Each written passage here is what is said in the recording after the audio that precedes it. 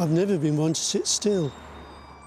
So once I retired, I became a volunteer here at Gosforth Nature Reserve, and it's become my second home.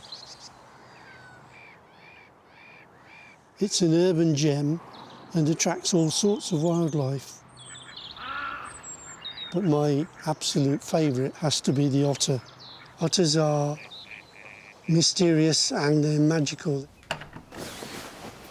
Trust me to want to see the most elusive animal in the reserve. If you sat here for about a month, you'd probably see one. I was so determined to improve my chances of seeing them, so I got permission to put in a trail camera, and I'm so pleased I did. I've now got 5 cameras. 3 of them are looking at the water's edge. There's another one watching them come through here, and another one at the top of the bank.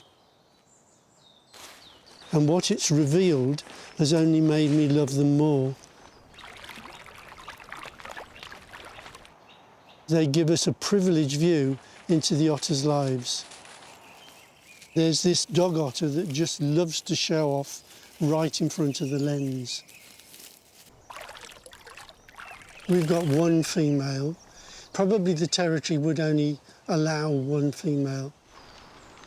It's always a joy to see her on camera, but this autumn she appeared with something even more special. 2 cubs, which was really exciting. When we first saw them, they looked very small. They couldn't walk very fast, but they grow very quickly.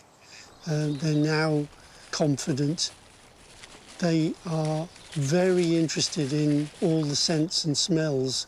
They leave scent messages all over the place. So the cubs are learning to leave their own messages and interpret all the smells that are around them.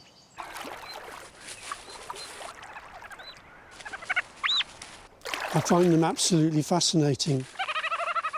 I watch the clips over and over again. Nobody walks past me without seeing an otter video. I'm constantly adapting the trail cameras to get closer views of the otters. When you buy a camera trap, its normal focus range is between about 2 or 3 metres and infinity. The otters come closer than that, but I found a way to keep them in focus. Each of the cameras is fitted with a lens from cheap reading glasses, and it's stuck on the front there, so that will give us a focus range from about 1 metre up to 6 metres, which means the otters are always in focus.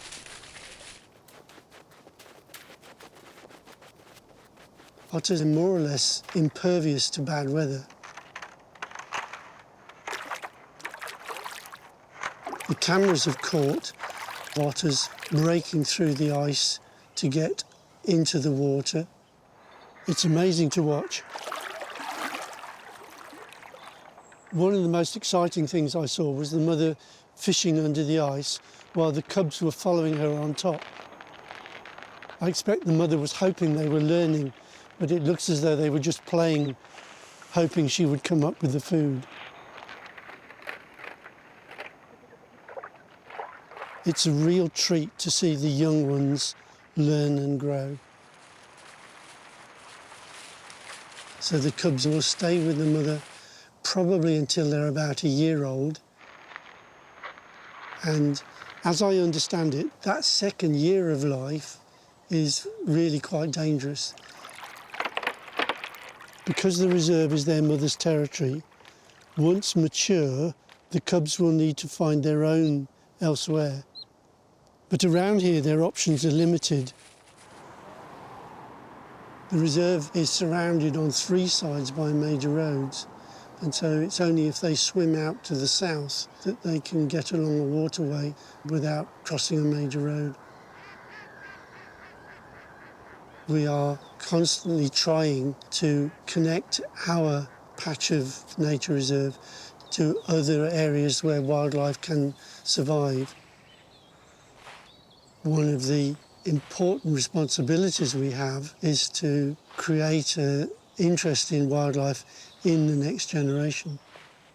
Because if they come to love this place as much as I and my fellow volunteers do, they'll want to make sure that in the long term there is a future for the otters and the wildlife generally here. That's my dream.